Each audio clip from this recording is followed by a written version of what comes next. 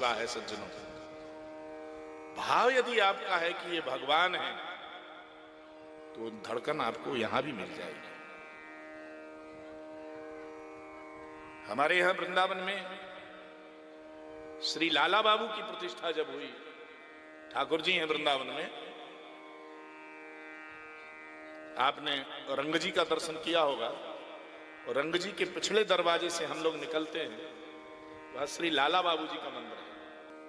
जब प्रतिष्ठा हो रही थी तो जो यजमान थे उन्होंने कहा हम कैसे माने कि प्रतिष्ठा हो गई। और हमारे ब्रज के कर्मकांडी बड़े चमत्कारी होते हैं, हाँ बड़े रसिक भक्त होते हैं ब्रज के।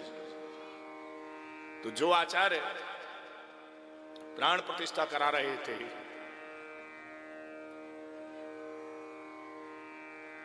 उनके वंशज आजकल हैं,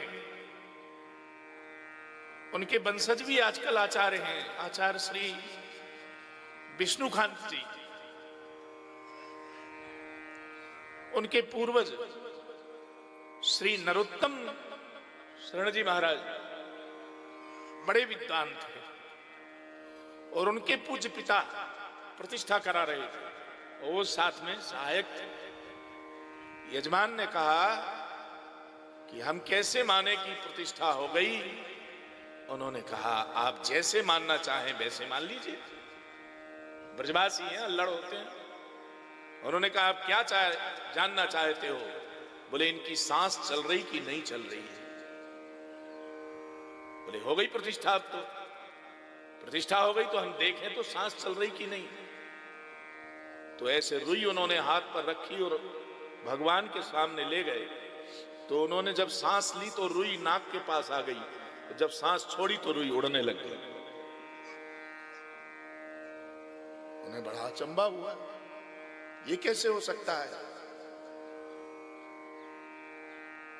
तो आचार्य जी से कहा पंडित जी ये क्या चमत्कार है। बोले श्री ठाकुर जी पधार चुके हैं, अब आप जो कुछ चाहो वो मांग लो इनसे।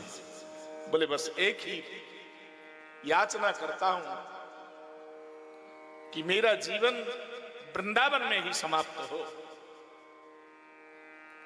और कुछ नहीं चाहिए। वृंदावन का वास मुझे मिल जाए और कुछ नहीं चाहिए।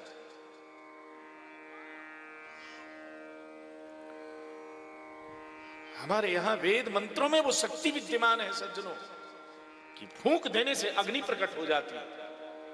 केवल एक मंत्र बोलो और फूंक लगा दो तो अग्नि प्रकट हो जाती है। शिला में ठाकुर जी का आवाहन हो जाता है, साक्षात भगवान प्रकट हो जाते हैं शिला में। ये हमारे यहां विशेषता है।